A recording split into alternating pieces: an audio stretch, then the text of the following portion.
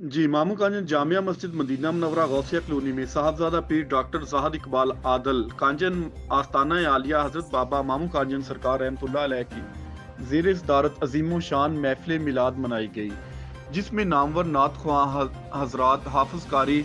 मोहम्मद सईद कादरी अतारी और फैसलाबाद, मोहम्मद सरफराज हाकम और मुबशर हुसैन फरीदी समेत दीगर नात ख्वां हज़रात ने अकीदत के फूल निछावर किए और मौलाना अल्लामा शाहिद जमील रिजवी साहब ने महफिल मिलाद में आशिकाने रसूल से खुसूसी खिताब फरमाया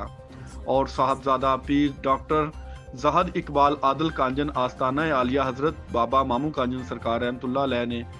भी इस्लाही बयान किया